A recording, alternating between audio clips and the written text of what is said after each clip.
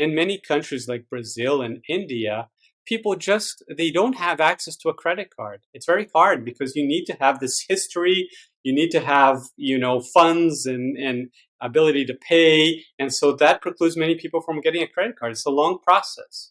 And this company said, you know what? We're just going to give you a credit card and we're going to give you a little bit amount of money. And if you pay off your debts every month, we're going to give you more money to it. No questions asked. Bam, here's a credit card. Go shop online. Very, very quickly. Everything else they didn't do, right? And so the idea of decoupling comes in, instead of looking at all the activities that your customers, that the customers of the market that you're trying to enter are doing, you focus on one that is not well done currently by the established players.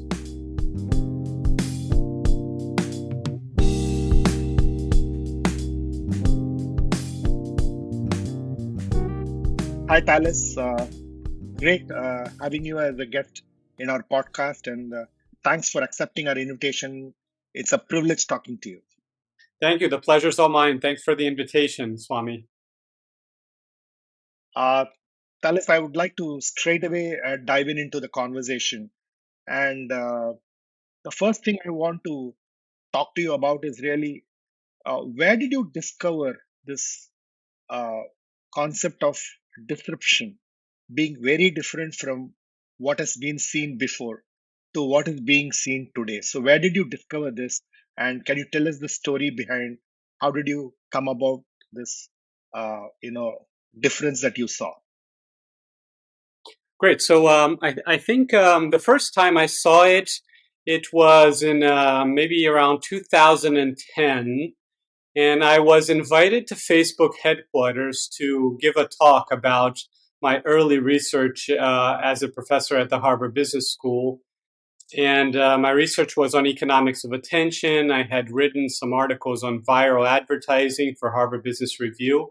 And so Facebook, before its IPO, it was a fast-growing company, but not the giant that it is today, invited me to give a talk. And I got to see Mark Zuckerberg programming on his computer in flip-flops. And I gave my talk, and afterwards they were nice enough to give me a tour of the place, and we had a chit chat. And I tried basically to understand at the time what was Facebook's plan for really growing really fast. And they explained it to me, and I just wrote down a few pointers.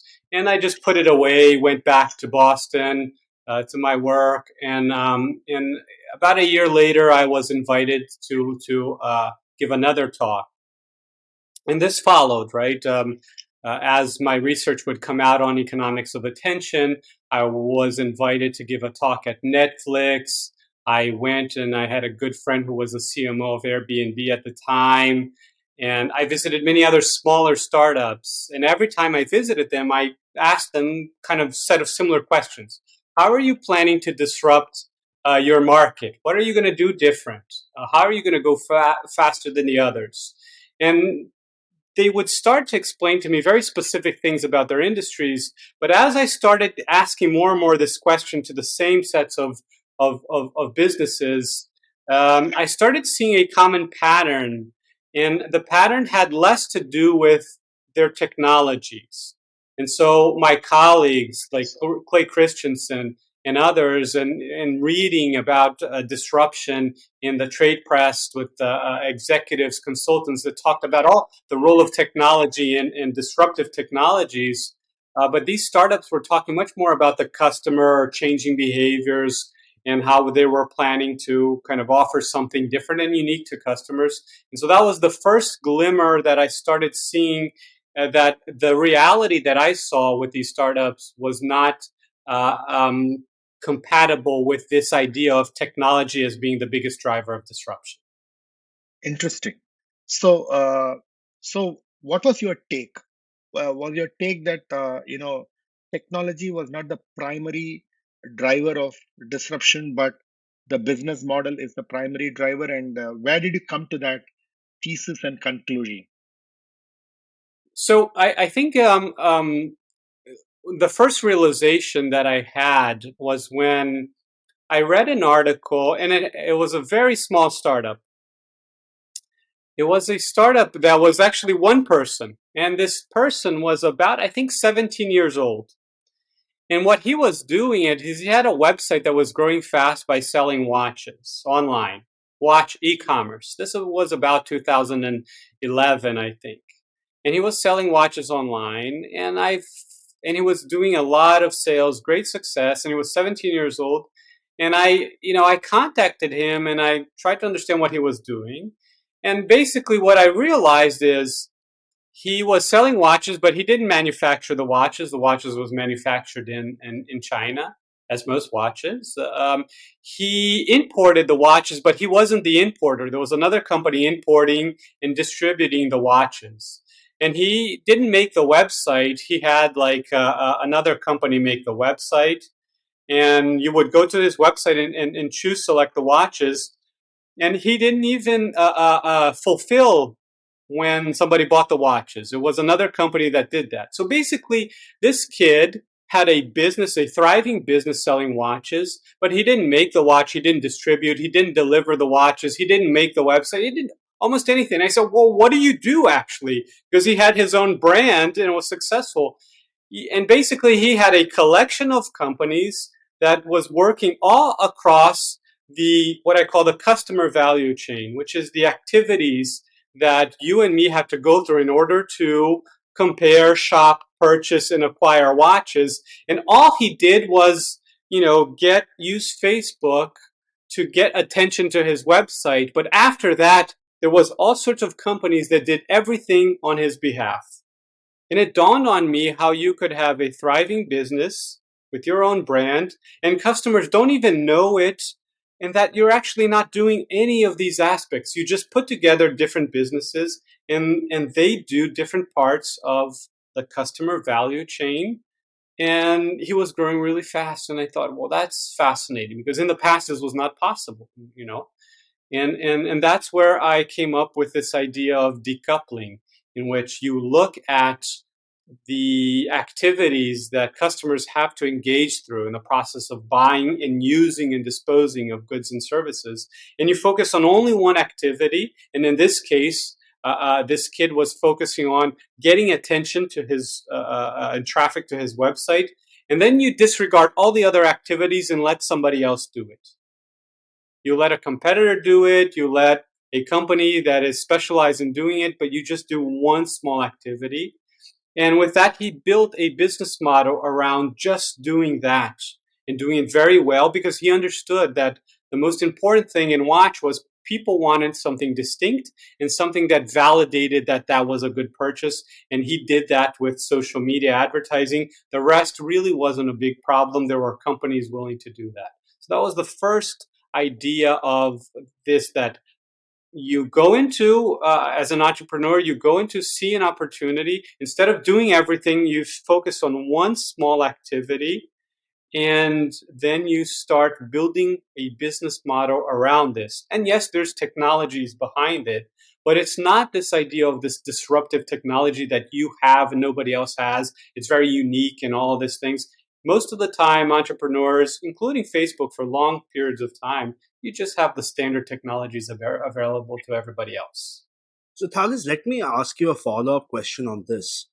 Uh, Most often, when we see these models come up in popular books and stuff like that, we see it's almost like a stand up comedian doing a routine on a Netflix special. You see the polished version, you see the flawless implementation of the model, you see it uh, interlinked quite beautifully with a lot of examples and other related evidence, right? But I'm very interested to know that when you were coming up with this model, can you talk to me about the first iterations of the model and how you how you came up with the genesis of the idea and what was some contrasting evidence that he had that refined the model to the way that it actually is today? Mm-hmm. So, to explain that, the model that it is today is basically this idea that in order to disrupt the market, if you as an entrepreneur are looking at all of the important activities that big established companies do. So if you want to disrupt a bank does thousands and thousands of activities. It provides checking accounts, credit cards. It provides mortgages. It provides insurance. Gives you loans. And all of these activities have a huge amount of resources, people, processes, and require money to build.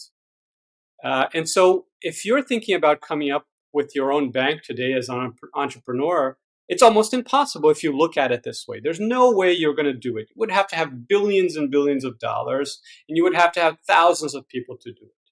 Yet there was a digital bank in Brazil called Nubank, and then many others around the world that started their own bank. And the way they started their own bank is by, instead of looking at all these activities, they said, well, let's look at one small activity that consumers are having a hard time. In many countries like Brazil and India, people they don't have access to a credit card. It's very hard because you need to have this history. You need to have, funds and ability to pay. And so that precludes many people from getting a credit card. It's a long process. And this company said, you know what? We're just going to give you a credit card and we're going to give you a little bit amount of money. And if you pay off your debts every month, we're going to give you more money to it. No questions asked. Bam, here's a credit card. Go shop online. Very, very quickly. Everything else they didn't do, right? And so the idea of decoupling comes in, instead of looking at all the activities that your customers, that the customers of the market that you're trying to enter are doing, you focus on one that is not well done currently by the established players. And you steal that activity for you to, as a business, to execute on. In the case of Nubank, just offering a credit card, right? And everything else, you just forget about it. And so decoupling means that you decouple the customer value chain, the activities that customers do, and you steal one and you start executing on it. And then when you do it well, you start growing and doing more activities across the customer value chain. And this process of decoupling is an entry strategy. How do you steal an activity to do for yourself?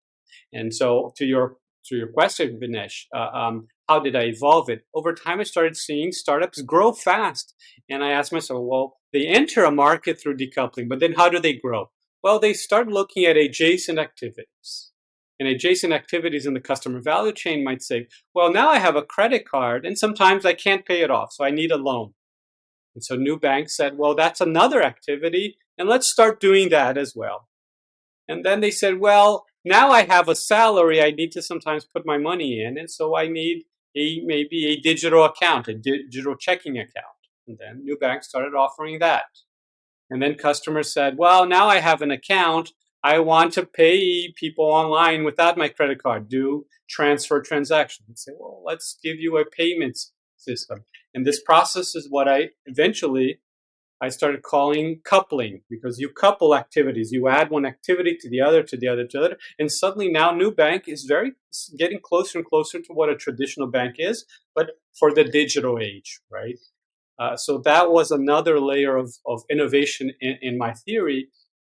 The biggest layer, I would say, that eventually I started seeing, and this is when I was teaching these concepts to Harvard Business School MBA students in my elective course, and now I teach at the University of California, a similar version of the course, is understanding that if you look at activities of consumers, either banking consumers or consumers wanting to buy watches online or any product or service that consumers have to buy, if you map out these activities in the customer's process, what I learned through my students and through examples is that these activities can be classified into one and only one of three types.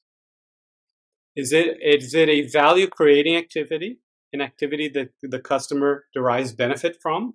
So being able to pay online is a value creating activity. Being able to use a watch is a value creating activity. The other activity it could be is a value eroding activity. It's an activity that doesn't derive benefit for the customer, but that they are forced to do in order to achieve the benefit that they want. So applying for a credit card, if you just apply for credit cards, that doesn't give me a benefit or you a benefit. It's just a necessary thing you need to do. Book a hotel such that you can use when you arrive at the trip. booking the hotel, filling out the form is a value eroding activity. Sometimes comparing products, like comparing insurance products, is a value eroding activity. And so we do many value eroding activities. And then the third activity is a value capturing, or what I call value charging activity, is the activity that you pay the business for. When you buy a watch, or when you pay your credit card bills, or so on and so forth. So any product or service across the customer value chain will have value creating activities, value capturing, value eroding activities. And when I understood this, I realized that no matter what industry you're in, no matter what product or service you're selling, there are three types of disruption that you can do.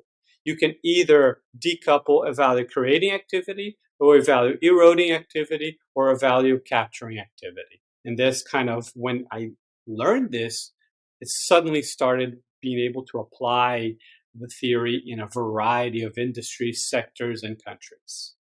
So let me ask you another question where uh, I think it's very interesting that you took the example of Nubank, because Nubank brought forth this innovation in Brazil, which is a developing country, right? So a key difference between a developed and a developing economies is developing countries is how their institutions and how their markets are organized and how these various actors engage with each other. And so, based on how you have seen firms provide services to customers, my question is, what do you think are the differences between developed markets and developing markets when they're trying to create products and services across the value chain for customers? That's a great question. I think one of the big things that comes to mind is the issue of access. In the United States, where I live, and I live in the state of California, one of the richest states of the United States, uh, access is not a big problem for products or services, right? Whether you're in the upper class or middle or lower classes, you have access to many products or services. It depends on how much you're willing to pay for it. But in countries like India and Brazil, many people are called unbanked. They don't have access to a checking account. And when they don't have access to a checking account, they don't have access to financial services. So they're not protected when there's inflation. When there's inflation, they have cash, and they have cash at home in hand, and it really hurts them. And we're having a lot of inflation right now. It's hurting the people that don't have protection against inflation, right? And so the unbanked is a big portion of Brazil. And in these countries, having access to credit is super important. And a credit card that allows me to pay for something, to buy something and pay it within 30 days, or if I don't have the money to pay it a few months later, that is kind of an important financial instrument that I have. The same thing when I get my salary, I can just put it in a savings account or invest it. But in Brazil, people don't have this. And the people who do, the interest rates are sky high, really, really high for many credit cards. And so what Nubank decided to do is say, we don't want to earn that much money through kind of gouging our customers with credit card fees. We just want to provide access to customers. And so same thing in India. When Flipkart came about in India, and I brought the founder of one of the founders of Flipkart in India, Binny Bansal, to my class, and he basically said that e-commerce was growing, but and it's extremely valuable for us to buy things from the convenience of our homes. But at the time in India, about 10 years ago,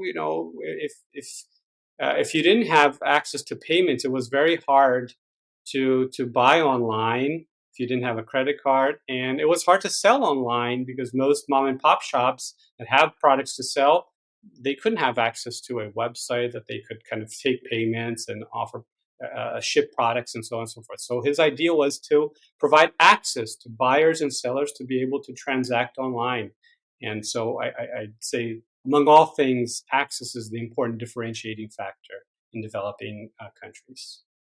So, Thales, when you look at your concept of customer value chain, uh, how is it different from uh, the theory of customer journey? is there any overlap, or is there a difference between customer journey and customer value chain, and where are the differences and how critical are these differences? Great. Okay. So yeah, I get that question a lot, right? What the customer journey or the customer map, the customer process. Basically, the customer journey has been around for a long time, and it is a series of activities, generally linear, but sometimes not, in which customers go through a process. And the customer journey is generally used to help marketers figure out how to sell products to customers. And so it ends when a customer like you and me buy a product, when we buy a watch, when we buy a car, when we sign up for a subscription service or for a banking service. So that's one point. And the customer value chain goes beyond it. It's not just about selling products to people. It's about understanding how they compare products, how they acquire products, how they use the products. You know, how do you and I use a product like a checking account? Or how do we use an insurance product, right? We sometimes compare options, we subscribe, we cancel, we use it, we do claims. All of this is part of the customer value chain. And for some, even for some products like a car, or a house, or even a television, we could even go forward and think of, after you use the product, how do you dispose of products? And more people are reselling them online. Sneakers, there's a huge market for resale of used sneakers. And handbags, right? Luxury handbags. A student of mine created a company that resells luxury secondhand handbags. And he's working in the part of kind of disposing of products. So the customer value chain goes beyond just the process of selling. That's number one. And number two, it is a strategic tool for business model innovation, not just for marketing or digital marketing. It's used to understand how customers derive value, how customers are forced to do activities that erode value, and how companies and customers transact and exchange money by that principle that I said. There's value creating activities, value capturing activities, and value eroding activities. And so it's a much higher level tool to really kind of focus not just on customer acquisition, but understanding a business model in a whole. So clearly, when you really look at customer value chain, there are probably what you call as granular customer activities that can create innovation in business models, right? That's really, I think, something that you talk about. And I think one great example that that you talk about is uh, a concept of a sharing economy where Uber or a Lyft is actually a customer activity that they innovated, but a whole host of companies stole away a different business process or a different customer need and built a different business model. Can you walk us through how it, how it works, and therefore how in the customer value chain stealing that a part of that business made a huge new business model? Sure. So obviously, if we think about the customer value chain of transportation, right? Historically, why do we buy cars? Well, the whole benefit of buying cars is to drive ourselves from point A to point B.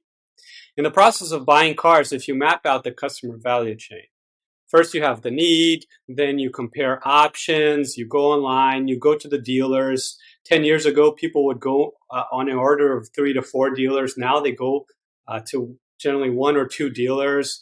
They compare the options. They, see how they want to pay for it, the accessories. They acquire the car. Sometimes it takes a while for it to get to their house. They need to go back there, get the car, start using the car, and then you have maintenance. Change the oils, change the tires, all this. So it's a very long and tedious process, and many of these activities are value eroding activities. Do you enjoy spending time changing the tires, putting gasoline? Do you enjoy going and changing the oil of your car? Do you enjoy the process of applying for finance? No. This is necessary evils that we have to do, value eroding activities, right? And so when Uber came about, the idea was just to eliminate a bunch of value eroding activities. Do you need to go from your house to the restaurant? Get an app and then call a car, and then they'll take you there, right? And so Uber started kind of decoupling the process, making it much simpler for you to get a ride. And it grew fast. And it only recently became profitable or kind of cash flow positive, but that's another story. That's been losing money, and many ride-sharing companies, in an attempt to dominate markets, have been losing a lot of money in many countries. But Uber was essentially an instance of decoupling in which the customer does not want to drive the car, wants to go from point A to point B within a city without driving the car. Well, in some cases, you want to drive the car because you're going to a supermarket or you're going to go to many routes, right? And so many companies started saying, well, let's provide the car that you can just with an app, you can reserve a car, but you're not going to get a driver. You drive yourself, right? So in Boston, Zipcar was one of the first ones to do that. And in Europe, there's many companies that came about with this idea. Here's a car parked. You get a little card. You enter the car, you use it, and then you return it. Right, so that's when you want to drive the car instead of be driven, which is the Uber model. But then, if you want to go from one city to another city, if I wanted to go from Boston to New York, it was very hard to get an Uber driver to take me. Or right now, I'm in San Diego to kind of San Francisco. Nobody's going to take me there.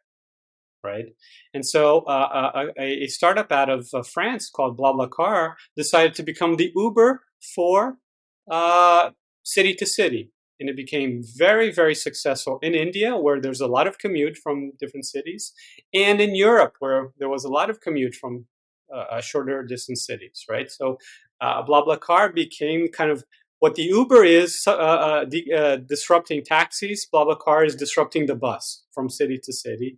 And that allowed you to do that. So you can see that in principle, the sharing economy is I can use something without owning it. So I can use a car without owning the car. I can use luxury handbags or luxury dresses without owning it. I can use a house without owning it, and that became Airbnb and many other examples, right? So decoupling ownership from usage was the big power of the sharing economy. And within the ride sharing model, there's many different segments of that, including my own favorite that I use all the time now. A founder from Harvard Business School created Turo. And Turo is essentially, it's very analogous to Airbnb, in which if you get a car, you can rent a car for a few hours, for a few days, but you rent not a car owned by a company, but by your neighbor. So your neighbor puts a car online that they're not using it. You go and you get your neighbor's car and you pay them just like you would do Airbnb. So you see, there's a lot of segmentation in the sharing economy, Swami.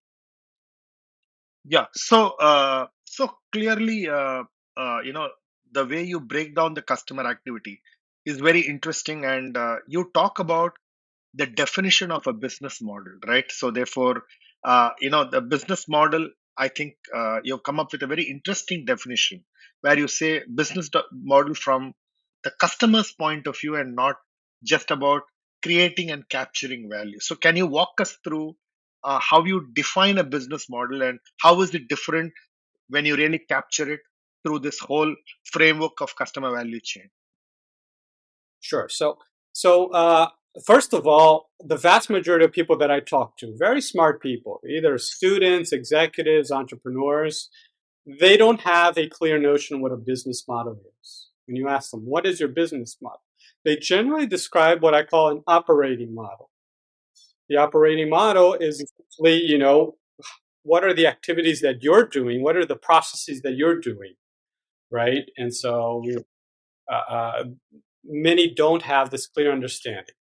The most basic and generalizable sense of explaining what a business model is how do you create value, and for whom do you create value, and then how do you capture some of this value that you created in the form of profits, and from whom do you capture this value, right? So in the case of Facebook or social media, how does Facebook create value? Well, one of it is by creating content, peer-to-peer content, right? And how does it capture value? It captures value from advertisers. It doesn't capture value from the consumers. It captures value from advertisers, and it has a bidding mechanism to make sure it captures the most amount of value, right? So that's kind of the simplest way to explain Facebook's business model. Now, if you want to do a firm-centric innovation, you take that approach and you innovate based on what your company wants to do, right? So I want to do this, I want to do that, I want to make more money here. You use the standard definition of a business model innovation and a business model, and then you innovate on top of that. Now, consumers like you and me, we don't care about what businesses are doing. We care about what problems we need to solve, right? And so I have a bunch of problems in my day-to-day life that I need to solve. And I don't care about the business model of the company. I couldn't care less. Well, we do because we're interested in understanding how to build businesses, but my kids and my wife don't really care, right? And so what they care is they need to solve problems, or they need to acquire goods and services that they desire, and they're looking at what's the best option to do so. And in the process of looking, they're evaluating things from their point of view, not from the company's point of view. So they're looking at what creates more value for me. And so we don't in our house, we don't have cable television because we don't think that creates much value. Having 300 channels, and then you have to be ready at the time that they're going to show the show that you want, and you flip through the channels and you missed it and you forgot about it, and it's a nightmare. And then you have time, but you're not watching anything interesting, and you flip through and you take half an hour and you just give up, right? That doesn't create value for me. So when streaming came about, it created a huge amount of value for me because I could look at all the shows and then I say, well, now I have the time, I can watch what I want. And so that was an extremely value creating activity for me. And that's how I evaluated streaming, right? And then the capturing aspect, I said, well, I don't care about it. I care about charging. How do they charge me? Well, they charge me a subscription and I can cancel anytime. And I said, that's brilliant. Okay. So now in our household, we've been using Netflix for 10 years or more at least. And to me, Netflix provides so much more value than it charges me. So the difference between how much value it creates for me and it charges me is so big that if Netflix tomorrow said, we're going to double the price because my whole family uses it, I would say, of course, here's more money because it creates so much more value for me. And the cable companies create much less value for me and charge much more. So that's why I'm not a customer, right? So that's the difference, right? So what the big thing that I've learned by visiting all of these startups and advising startups and helping big companies create their own startups and, working with my students to create these startups is this. What I've come to realize is that customers disrupt markets. It's not the startup that is disrupting markets, and it's not the technology that is disrupting markets. It's the customer who wants something different, changes their behavior, and because startups tend to operate, see it, and build a business model for that need faster.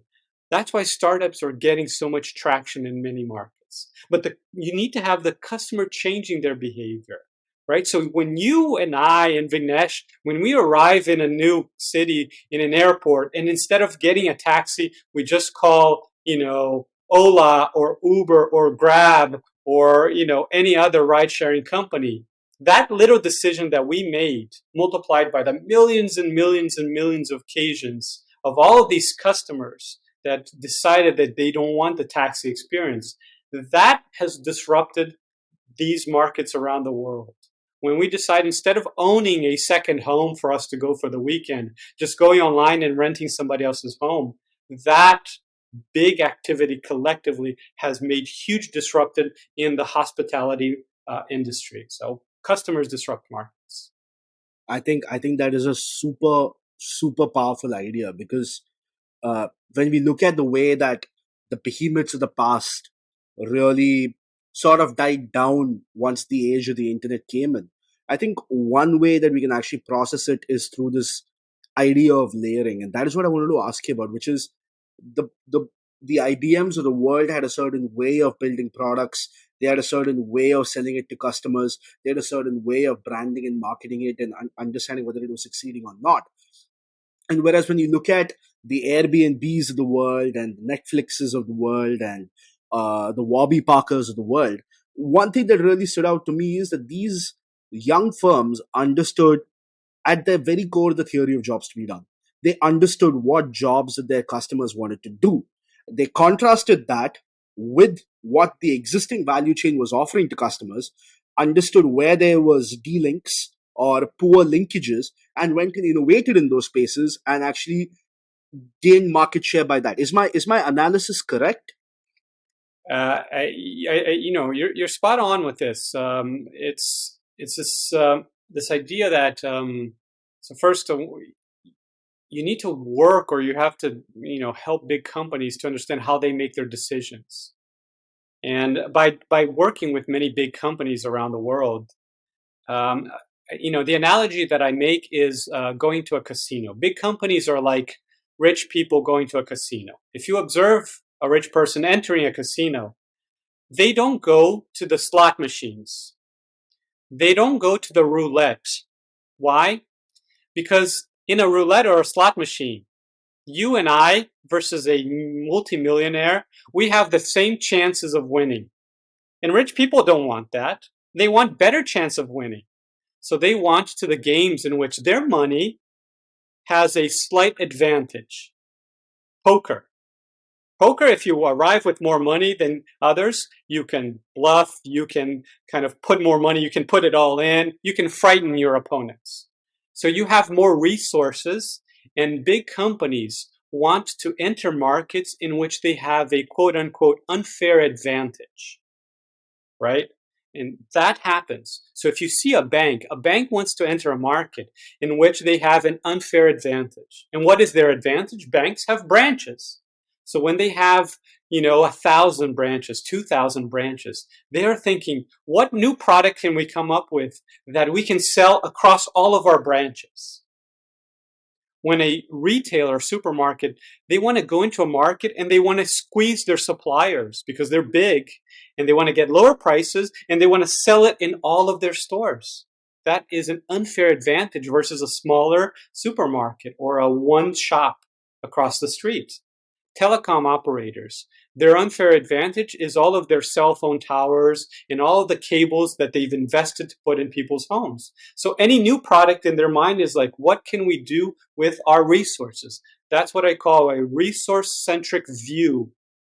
They focus on their resources and how do they take advantage, just like the rich person going into playing poker, right? And when you contrast that with startups don't have the resources. They don't have the thousands of stores or the tens of thousands of bank branches. The only thing that startups have is looking at like you say, a customer need that is a pain point, unfulfilled, a job that the customer needs to be done that big companies are not doing well. And so the startups have a focus on that activity and they don't have the resources. So they're trying to really improve the service for the customer, the product for the customer. That's all they have. And so they focus on that versus the big companies are focusing on using their advantage to extract more value from customers. And that's where it goes down.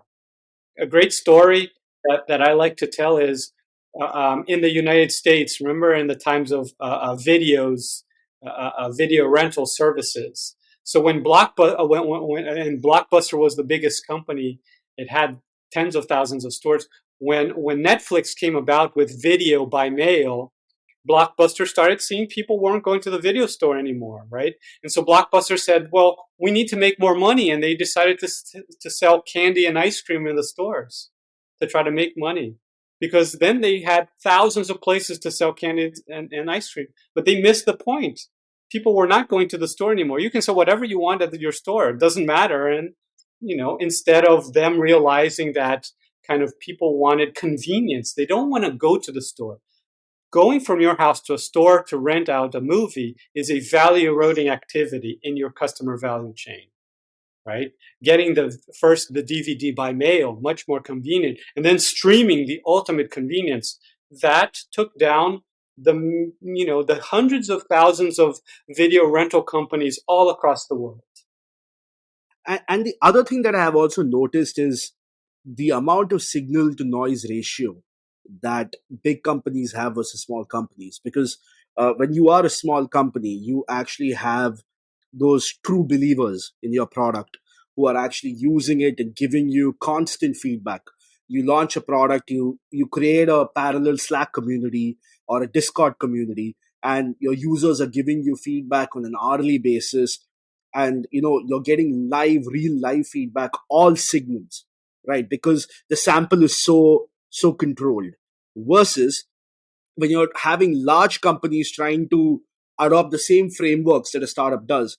Now, because IBM, let's say, has, for example, 1 million customers, how do they even distinguish what the signal and the noise are? How do they even know today who their core customers are, or what is the value that their customers are actually finding in the products and services that they're building? So, what is your take on this sort of dichotomy that you see between large and small companies in terms of how users give them the data that allows them to build the right products for them?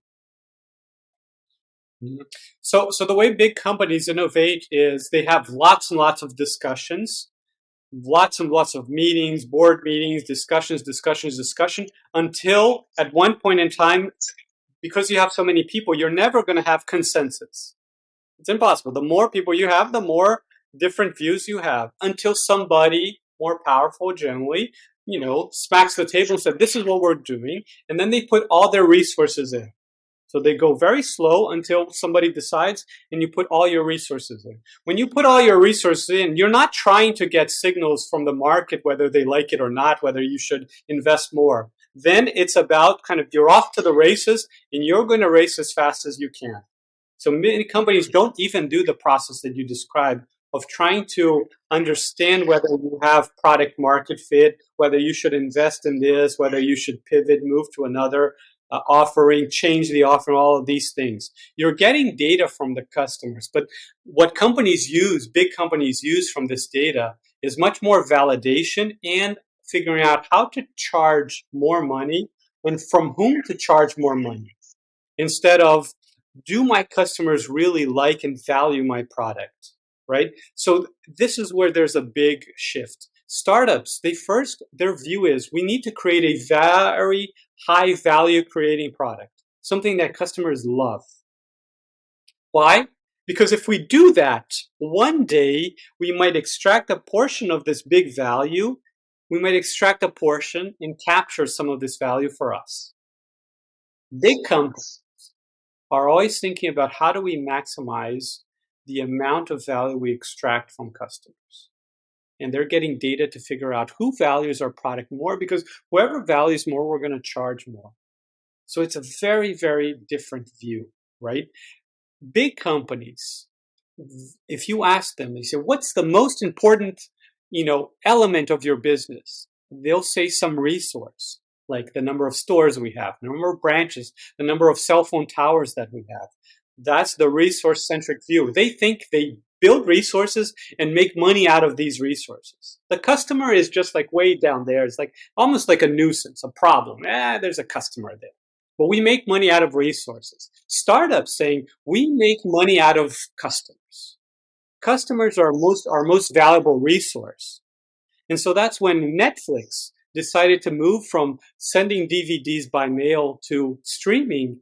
It imploded its business. All the resources they had a bunch of DVDs, they have warehouses. They just threw that away to go from streaming, right?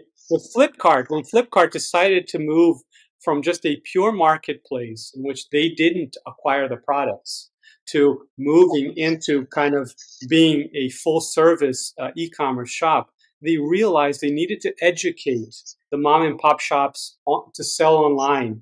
And until they educated that, which is the investment in their customers, they needed to buy these products and ship it to consumers, because consumers were having a very bad experience. They were getting delayed products, broken products, all of these things, and it was imploding Flipkart. So they needed to shift away and saying, who are our customers and how can we create value for them such that in the future we can capture value.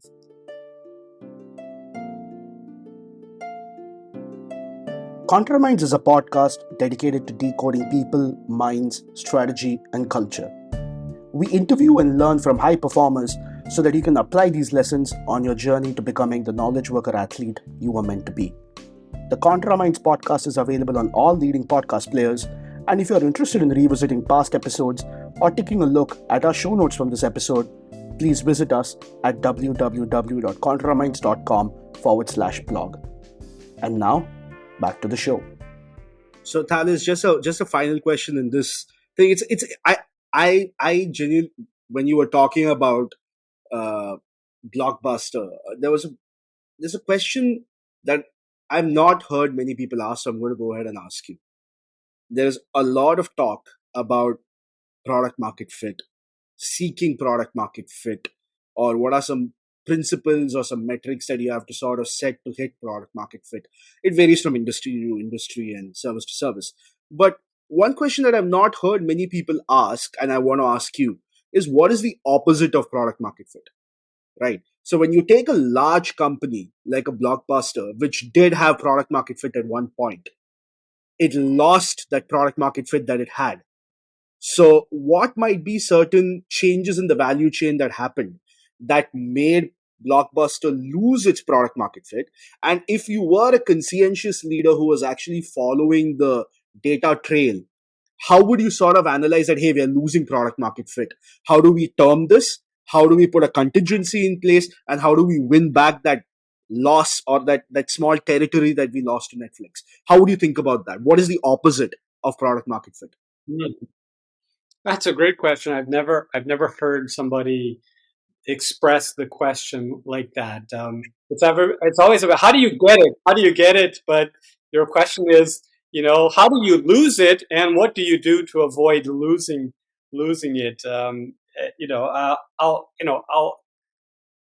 To really be good at it as an academic, I would need to think about it. I need to go back to the drawing board. Good, but for not having the time to do that, I'll give maybe a few pointers about that.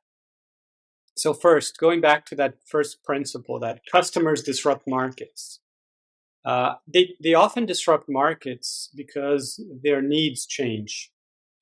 And one dimension of changing needs that I've been observing working in a variety of industries, both for incumbent companies and startups across the world, in Brazil and India, Europe, Asia now, and the US, is consumers have been on a secular trend of wanting more convenience in everything they do. A need for convenience has exploded in a way that in the past it wasn't as much. Right. So, in partially, Amazon in the U.S. was responsible for this. Amazon just gave a dramatic amount of convenience for people to buy online and receive their packages. And we as consumers, we don't have many brains for shopping for many different products. We have one brain. So the same way we make decisions about buying products online, we make decisions about buying education, or which podcast do we listen to, or where do we travel, or what car do we buy. We make the same decisions. And we consumers have started getting a taste for high convenience, like buying something online and receiving it 2 days later. And we're applying it to many different industries, which is actually needs that we have. So now I need to watch TV or watch movies. And to me, it's an inconvenience to go to a movie store to rent a movie. I want to press a button and watch a movie, right? So this need for convenience started rising in many industries, and many startups realized that and started delivering food, education, transportation, like Uber, healthcare. You can go online and talk to your doctor as opposed to wait for a month and go to their office, right? And this has been going across many industries. So it's like dominoes that fall. And the first one was Amazon and all of the other ones. So this need for convenience was really responsible for the downfall of Blockbuster, because Blockbuster was not convenient. I had to go to the store. And then I had to go through all of these movies and spend half an hour to choose the movie I wanted. And then I hope that the movie's there and nobody rented the movie, and then I go back and I watch it later, right? So when need for convenience started growing, Blockbuster executives should have realized, one, we are a very inconvenient business, because if we mapped out our customer value chain, there's a lot of value eroding activities that we're forcing our customers to do. And Netflix came in and eliminated, decoupled all those activities. And point number two, the need for variety, right? Netflix or online, you have, millions and millions of things to watch. Whereas in Blockbuster, you're limited by the volume of the store. And now we want a huge amount of variety for everything that is available to us. And that's the power of online businesses, that they don't have shelf space to worry about, so they can offer everything. So, I'd say that as we see these dimensions of consumers becoming more interested in certain criteria, like convenience, variety, and now more recently, we're seeing consumers wanting more health and wellness with COVID. Now they want health and wellness in everything that they do. This is another dimension that is probably going to create product market fit for some startups. And as you say, break the past product market fit for some other businesses like banks. I don't want to go to a bank branch and deal with all of this, wait for people in a bank branch. I just don't want to deal with that, right? I want something online. And so I'd say probably focus on these core dimensions and make sure that as your customers change, you keep looking at particularly the value eroding activities that you're offering and figure out a way to eliminate those as the startups are doing. So, Thales, I'm just going to zoom in into a linked question where if you really want to look at the decay of your product market fit, right? If I were to call it that way, right? Uh, you really are talking about something very interesting where you say that executives must actually possess the skill of wave spotting, right? So where if I'm working in a corporate, I tend to get comfortable with what happens every day. Okay. So therefore, you need to have a sense of wave spotting in your skill, where you're actually looking at business and saying, you know what, looks like there is a wave that's happening and I need to get my company ready for it, or my product or my service ready for it. So if I were to build that wave spotting skill, what are the kinds of skills that I need to develop in my arsenal to actually ensure that this decay of this product market fit probably, I'm able to reduce it in my company. Mm-hmm. Well, I'd say that you have to start by kind of understanding customers.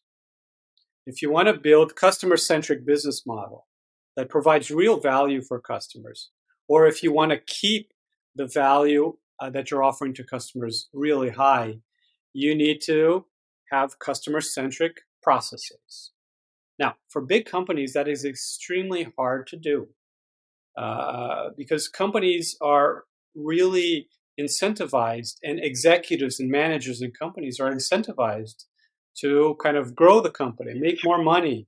So there's very few metrics of, benefiting the customer, and this view that if you benefit your customers, you will indirectly get a benefit yourself and retain some of that benefit in the form of profits.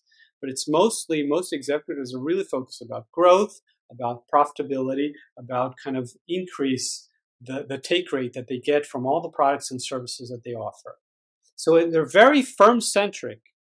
Every CEO that I meet, I asked if they're customer centric, and all of them, with one exception ever, told me, yes, we're very customer centric. Customers are most important for us and all of these things. But in the reality, you and I know when we shop for products and services, we're often badly treated by telecom operators, by banks, by airlines, often by hotels. We're not very well treated. We don't feel that they're focused on us. They're focused on, themselves, their processes. Only once the CEO of Siemens in Brazil told me, Professor Teixeira, I would like to say that we're very customer focused, but in reality, we're product focused. We're an engineering led company, and our engineers build the best products, and we think our products are the best in the world. And we try to push those products to our customers and educate them to why our products are best. And if they don't buy our products, we just say, you don't know what you're talking about. You don't understand. Like, you don't know how to judge quality. Right. So that was the only case that somebody was really honest to me, saying we're not customer focused. And in reality, I think that's what most big companies are not. They don't prioritize this. They don't incentivize this.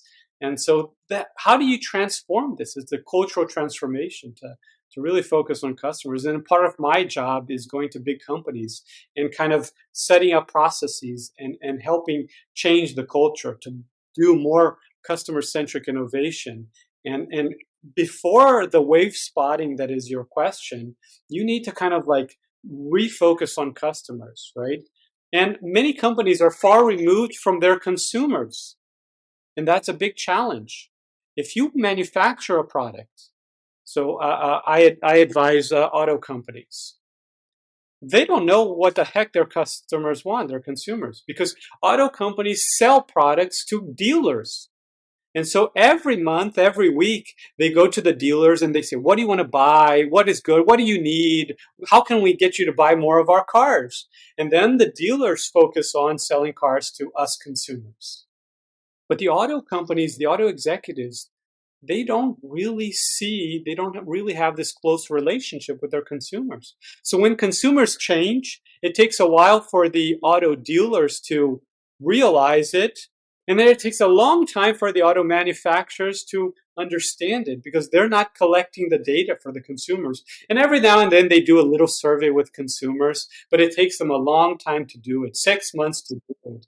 And they don't pay too much attention to this. So the same thing with, many manufacturers of goods, that there is a distributor, there's a retailer, and then there's a consumer. They're far removed. So, Swami, to do this wave spotting, you need to be close to your consumer. There's no way out of it. You can't be on a phone line talking to somebody that's talking to somebody else that's talking to your end consumer. We play a game in Brazil of this phone line in which I say something, and at the end, the other kid would listen. I would say it only in the ears. The other kid would listen to something completely different from what I said. That's what happens in big companies. And so you need to get closer and closer to your end consumer, as close as possible. And the closest way to do that, the best way, is to sell it directly to your consumer as a way to understand them. And when they change, you automatically see the signals, right? And so that's extremely important. I visited many tech companies, Google, I visited Airbnb, I've talked to many Uber executives, Netflix, as I said. And one thing that I've learned about big tech companies, there's two priorities that they always have, no matter what product or service they're launching. There are always two key priorities that they will never ever give up, no matter how much money they could make.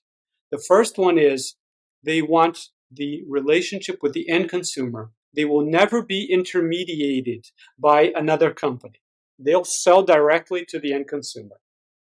Number two, they collect data on the end consumer. They will always try to figure out how to collect data on the end consumer. How do they buy? How do they use the products? Because those two things, if you have the data on how consumers are using your products and you have the closest relationship possible, then the sky's the limit. Whenever your consumer has a new need, you can quickly see it. The signal is very, very strong and it's direct. And then you can be customer centric. And then these waves that you talk about will be very obvious to start to identify it. But if you're far removed, if you're not collecting data, transactional data and usage data on a day-by-day basis, you're just hinting at what consumers might be thinking. So one of the CEOs who I was talking to, he said, Swami, we spend a lot of money on patents. And therefore, for me, I'm in deep tech. I have a lot of patents. And therefore, I'm building competitive advantage for my company. Do you see a correlation between patents and revenue growth and therefore actually earning market share? Do Do you see any correlation at all? So, in my book, I did an analysis, maybe chapter one. And by the way, the name of the book is called Unlocking the Customer Value Chain. And I did some research to try to understand this idea because, as you say, many companies have ideas, they create a patent, and they hope they'll secure what we call a moat, right? A defense around it, and be able to create products and sell them. And we worked with lots of startups to get the patents and then the increase in revenues. And suddenly what we realized by doing statistical analysis, rigorous statistical analysis, which it's my background in academic background, is that it's not that more patents generate more revenue. It's actually the opposite. More revenue generate more patents. So instead of the patent being the key element that makes your company grow, for the vast majority of companies, including big tech, it's only companies that grow start getting more patents. So patents are like, the fountain water in your lobby of your building. That fountain, if you go into a bank in New York City or in Mumbai or Delhi, and you enter and you see these beautiful fountains or a beautiful lobby, does that make the company richer? No, absolutely not. Nobody would say, well, this is making. Oh, so why do these big companies have it? Well, because they're big, so they make money and then they create their fountains instead of the other way around. So kind of patents in most cases, not all of them, but in most cases have shown to be a luxury, the result of success and growth versus the driver of that, right? Because the vast majority of these patents are worthless. Many of them, there's many workarounds. So the patents is one way to do something, but then other competitors can explore many other ways. Defending patents are extremely expensive. You end up enriching the lawyers above all, and you start focusing too much on trying to create paper-based innovation versus real customer-centric innovation. And that's what's more important. So patents are extremely valuable for a few select cases, but there's an industry of lawyers that have helped make patents such a big strategy, which ultimately in practice, it really is not what it seems to be. So, Thales, I just want to go back uh, to this article that you had co-authored on Harvard Business Review Working Knowledge website, where you were talking about how Uber, Airbnb, and Etsy attracted their first 1,000 customers. Now, there is always a struggle in startups to acquire their first customers. Now, could you talk to us about the insights you uncovered when you looked at how these companies actually acquired their first 1,000 customers? And I have a follow-up question to that. So, yeah. Sure. So before that, every time I write an article, I write down what I think is the answer to the problem, right? And I talk to a lot of people, and they help me. What is the answer to the problem? So how does a tech startup acquire its first 1,000 customers? Well, before I went and visited and talked to these companies, my initial answer was, well, if you're a tech or digital startup, first, you're going to acquire them online. Makes sense, right? You're an internet company. Why don't you use the internet to acquire? Why don't you use Google and Facebook and so on and so forth? And so I thought, that would be one way to acquire. The second idea was that, well, if you look at Uber and Airbnb and Flipkart and Etsy and Facebook, and they're just amazing products right from the start. They acquire customers because they were just amazing. They were great. They were so much better than the other ones. So I wrote these two things down. And in talking and seeing what these startups were doing in the early days, because there were a lot of articles about how they were doing now when they're already big, but I didn't see it. Like, I wanted to know the genesis when they were babies. How does the baby grow? How does the baby take their first steps? And in talking to them, first I realized that the vast majority of them did not use Facebook or Google to acquire customers. They tried, but it was too expensive, and it was like acquiring customer one by one. That wasn't going to make them grow fast. They couldn't take one step and another and another and another. They needed a few jumps, and they realized that the jumps that you get is by going offline, much more effective, and trying to convince people offline to use your product. And if you go one by one, it takes too long. So they would go offline to places where there are a lot of customers, right? So in case of Uber, well, if you go to a street corner and try to get customers to use Uber for the first time, they're going to say, well, what? I'm not going to use this. Why would I? This is so risky. So they would need to go to places where there were more demand for taxis than there were actually taxis. So at the end of a concert or a sports event, there's tens of thousands of people coming out, and there's not tens of thousands of taxis. The first one gets the taxis, and then the other one have to wait or walk home or get a ride with a friend or something like that. And so they went there and they kind of said, you know, you want to wait for the taxi? Yeah, but there's this new service, Uber. Download this app, try it out, and see if you like it. And they got a lot of customers. Right? At the airport, they got a lot of customers because there was a line waiting for taxis.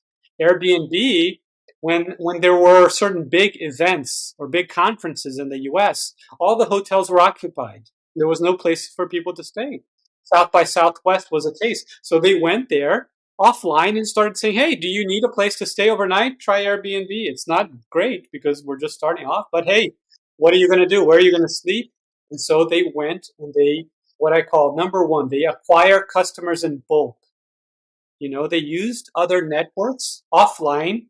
They did it offline and they acquired customers in bulk and went in bulk and got many customers at a time, right? Not using my original thought, which is acquiring customers online one by one. The other point that they did is, you know, this idea that the service, it leads to this. You know, if you don't have any alternative, you'll take whatever you can get. So in the early days, when you look and when I teach the class of Harvard or at the University of California, I show the websites of these businesses. They were awful. They were god awful. You go and look Flipkart's original website. It was awful. Facebook was awful. The vast majority of these companies were so bad, yet they acquire customers. Right? Why did they acquire customers? Because they had something that the others didn't, but they went where people were needing it. Again, Airbnb. There was no hotels available, so might as well try this thing out. And then people tried it, and then people started talking to each other about it. And so the word of mouth kicked in after a while, and it started growing the business. So when I teach my students, first, you don't need to build a brilliant new product, an amazing website. You just need to tap into a customer need that is being unmet.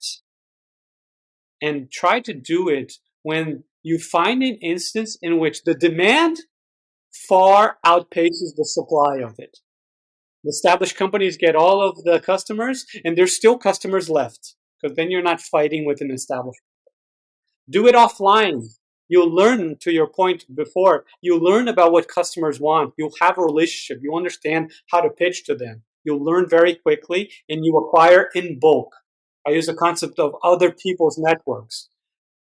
Go tap into other people's networks. It could be a church, it could be a school, it could be the airport, it could be, you know, the end of a big sports event or a concert. This is a network of people needing certain products or services, right?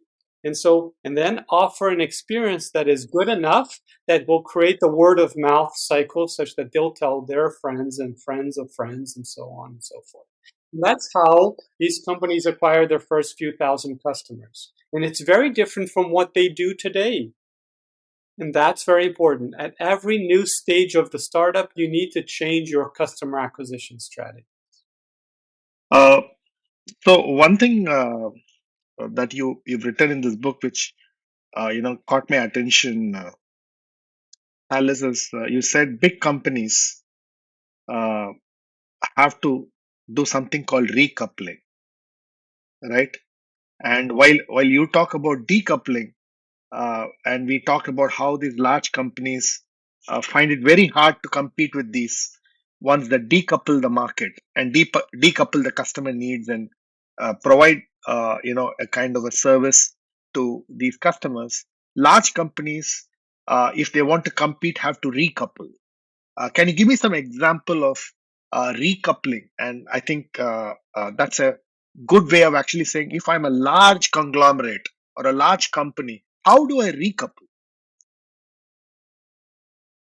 So, as you say, the big companies are being disrupted by decoupling because one or multiple startups are stealing activities from them. So, in one case, and I wrote a Harvard Business School case, was on Best Buy. Best Buy is a major electronics retailer in the United States, the biggest in the world, the biggest in the US. In India, you might have, what's the biggest electronics retailer in India? You got Chroma, you got Reliance Retail. So Yeah, okay, those are the two Reliance. large ones. Reliance does everything in India, so you got Reliance as well. So, you know, these businesses, if you're a retailer of electronics, people need to see the product. You know, they need to see the TV. They need to hear the sound of the sound system that you're buying, and then they purchase, right? So you need to go to the store, see it. If you like it, you buy it. Online, companies like Flipkart and Amazon and Walmart that are selling electronics online, well, how are you going to see or hear the sound? How are you going to test the computer? You know, you can't. So what did these businesses do? What did Best Buy do? Or what did Amazon do when it started competing with Best Buy? It created an app that allowed you to go to a Best Buy store, check out what TVs were available, look at the screens, see which one you wanted to buy, and then you take a picture of the TV, scan the barcode, and then you see if Amazon is selling it online cheaper. And because Amazon doesn't have employees, salespeople, doesn't have stores, you know, it could sell TVs cheaper than Best Buy. And so consumers started decoupling Best Buy. They would go to Best Buy, ask for salespeople's help. They looked at all of this, and then they would buy it on Amazon, what we call in the US showroom. You go to showroom, and then you buy it online. That was decoupling. So Best Buy said, well, how are we going to respond? First, it started saying, well, these people are coming in with cell phones and trying to see online. What if we buy signal jamming devices, put it in the store, just like the ones that people use in prison, to make sure that, like, when you try to use your cell phone, you can't. It's blocked, just like if you were in prison. Well, that's a crazy idea, right? Very non-customer centric, like attacking your own customers. I mean, bad customer, smack it in the head.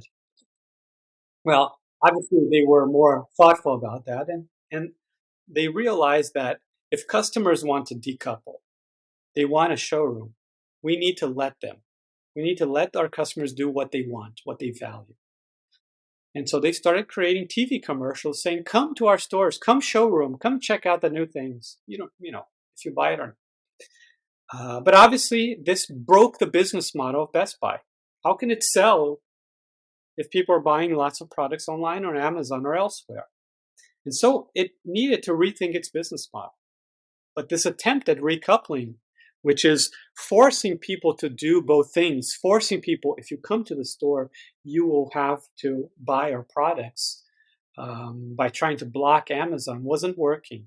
Other stores around the world have tried to recouple by charging customers. If they leave the store and they don't buy anything, they have to pay $5, something like that. There's examples of that in Australia. Very, very anti-customer centric, right? There's examples of stores that are trying to figure out, well, let's sell them coffee or other things in the store or charge for parking, and then we're trying to make some money. But ultimately, many of these attempts at recoupling failed. I don't have, in electronics retail, I don't have a success story to show of recoupling, but that's generally what the companies try to do. If you break something and steal something for them, they want to get it back and recouple it. So in the book, I explain how this often doesn't work because it is anti-customer. And so what Best Buy realized is they asked the question, well, if we disappeared tomorrow, all our stars disappeared, who would miss us? What value are we creating and for whom? Well, they knew that people that do showrooming would miss them, but also the manufacturers would miss them. So if you're Samsung, LG, Sony, Panasonic, or others, now people don't have a place to see the TVs and test them. Best Buy was one of the biggest. And so what Best Buy decided to do is they started charging these manufacturers for putting the products in the store, whether they sold it or not. And now Best Buy today makes a lot of money from manufacturers exposing their products to consumers. And so Best Buy became immune to Amazon, even became a partner of Amazon today because Best Buy makes some money from selling products, buying a product, putting a margin, selling more expensive, but makes another portion of the money from showcasing products to consumers, whether they buy on the store or online. And that in the book is what I call preemptively decoupling. You just separate your business. Now they have two businesses, one to make money out of manufacturers and one to make money out of retailing. And you rebalance the business model, which is you take the value capturing portion, which is only making money out of retailing, and move it to the showcasing products. So today Best Buy works just like a media company. It brings customers in with great new products and discounts and all the new stuff, and it makes money from the manufacturers, just like a media company would do, just like a television station would do, attract attention and monetize that attention. Fantastic. Fantastic. So Thales, for some closing questions that we have, for me, after listening to you, I wanted to ask you, what are some of the books that have inspired you? Mm-hmm. So I think that the first book I read was from my late colleague Clay Christensen, The Innovator's Dilemma. I think it's a phenomenal book. It shows how big companies die, essentially, how big companies fail to innovate. And it's a brilliant treatise on explaining the mechanics by which big companies die. And it's a very unique book, and it's extremely impacted my life. And I talked to Clay Christensen many times in the process of doing my own research until he died a few years ago, but he left a great legacy. Unfortunately, the book doesn't say how to avoid death. The book tells a lot about how big companies die, but it doesn't tell how to avoid the death. It's just a description of how big companies die. Another book, The Lean Startup by Eric Ries. I think that's a great book, and it talks about a lot about pivoting, experimentation, and getting signals from customers. So The Lean Startup I think it's a great book. Crossing the Chasm, that talks about kind of the early adopters, the late adopters, the laggards by Roger Moore. I think it's a great book on understanding the difference between customers and their value for innovating. Because as a customer, if you're the early adopter, you're taking risks. And often companies or startups don't realize that. The first few customers to use Uber, essentially you are taking a huge risk. You're going into somebody's car, and this is not a company, and you hope they won't kill you. It's at night. I hope they're not going to kill me. I hope they're not going to just throw because I don't know. I've never heard of Uber. What? It's not a taxi. It's like a person's car. Who's this person? I don't know. Right? So there's risks to doing that. There's risks to renting a house on Airbnb because you arrive there and the house doesn't exist, or it's not their house. You paid somebody. So oftentimes innovators forget that consumers are taking risks for the first time.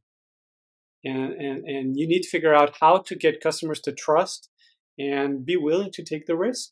And the reward has to be bigger, right? And so I think that's those are three books that I'd say. So thanks, Thales. So my next question to you is, what does the word success mean to you? What does the word success mean? I think success varies by each person. Each person has a measure of success, but I think success is basically what do you want to achieve, and how close are you to getting there, right? And so, if you want to achieve building a big business, that's great. If you want to actually build a nonprofit and provide lots of values to many consumers and people around the world, that's great. That's kind of your objective. And so each one of us has to define kind of what they want to achieve. And success is how close are you getting to that? First, you need to know where you want to be. Right? There's this nice saying that I love to about Alice in Wonderland, the children's book, and Alice sees kind of one of the this big rabbit in the woods, and Alice says, which path should I take, because there's many paths. And basically the rabbit says, so where do you want to go? And she says, well, I don't know. And the rabbit says, well, then you can take any path. Any path will get you there. If you don't know where you're going, any path will take you there. So you need to know where you're going, because or else you can't make decisions on which path, which route to take, right? So I'd say that's, success is driving towards that end goal that you have in mind. Great. Thales, my next question is, what's the one piece of great advice that you've ever received? So, I was I did college in Brazil, and then I wanted to get a job like everybody else, and the jobs weren't that good. When you come out of college, many of the jobs didn't seem like that wonderful to me. Wonderful businesses, but when you would ask them, what am I supposed to do? They would say a bunch of things that weren't that valuable. And then I had a professor who encouraged me to do a master's in statistics. Say, don't go get a job now. You're too young. Go do a master's in statistics and understand very deeply how to create knowledge from data. That will be extremely powerful for all of your career. And I said, but I want to make money. And he said, you're too young to make money. You're not going to make much money because you have very little differentiated skills versus other people that are coming out. You might think you're amazing, but you're actually not. And until you can prove that, you're just going to make just a little bit amount of money. And now is the time for you to develop yourself. And I think that was extremely valuable advice, right? So if you're coming out, like, just learn as much as you can. And then later on in life, when you've learned so much, you can extract in the form of, getting a job and working or building a business, something like that. So early on, I'd say, like, the big advice was to learn as much as I could and leave the process of value capturing that we've been talking about for later on. Try to not want to capture a lot of value, when you're 20, 21, 22, because there's so much complexity in the world, so much that you need to invest time in kind of creating knowledge. And later on in life, you can kind of start extracting value. And for the most successful people in the world that I've talked to, the most success when measured by certain amount of wealth, they keep telling me, but Thales, like, I'm 60 or I'm 70 or I'm 80 or I'm 55 or I'm 40, like 80 to 90% of my wealth I captured in the last 10 years of my life.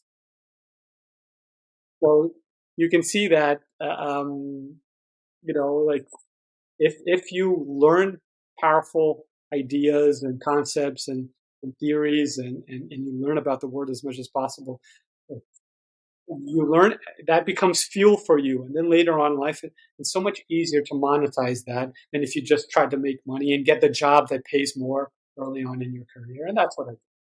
So, Thales, my next question to you is, if you could invite 4 guests for a dream dinner, who would they be? All right. So I've thought about this. It would not be Swami and Vignesh. I apologize, but If I only have four, if I have many, I can invite you guys. But if I only have four, it would probably not be neither of you, unfortunately. I think one I admire, the former U.S. President Barack Obama. I really admire him. I would have him at the table. I admire his thinking, his clear thinking. 8 years as president of the U.S., he would be extremely valuable to think about. One, I would invite, you didn't say if it was alive or dead, so I would definitely invite Steve Jobs to the dinner. I just understanding kind of how his mind works would be extremely fascinated. But there's only so much you can learn in a dinner. You need to have fun and you need to enjoy and have a few good laughs. So I would this also deceased. He was a kitchen chef, Anthony Bourdain. I really liked. He had these shows that would travel around the world and eat, and I thought he was such a fun guy, like such a cool guy. Right? This is like a cool, fun guy. I would love to have that, and then the last one would be definitely a comedian. It could be many of them, but I would just want to laugh, and there's many comedians out there. Stephen Colbert is a great comedian, and David Chappelle that I watched, very controversial, but somebody just to make me laugh during dinner. I think it would probably be something like those four. That is a superb lineup. I'm probably gate crashing that dinner, so please forgive me. Very cool. My next question, out of the last two questions, Thales, is what would be one piece of advice that you would give to an 18-year-old in an university or college today? Innovate. No doubt about it. It's like, I think, part of the allure of your podcast, Contra Minds. Contra Minds is, I think, different from the standard, right? As I would understand it, like it's like thinking differently, just like the Apple tagline, right? Think different, but like thinking differently, innovate. When I graduated from college, there was the path to innovation wasn't available. You either were rich and you would take over the family business, or you would go get a job in a big company, IBM, Coca-Cola, Boeing, Microsoft, all these things, and rise up as an executive. And I'm talking about undergraduate in business education. But the startup path, mostly if you wanted to build a business, you would probably build like a restaurant or a hotel, something. It wasn't available now.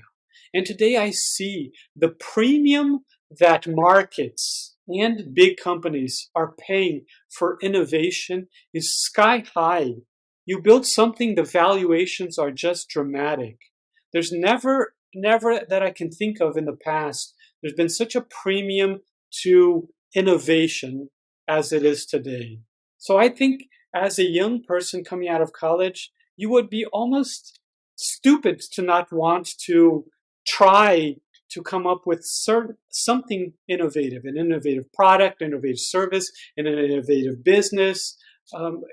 Like innovation is at its highest price in the market today.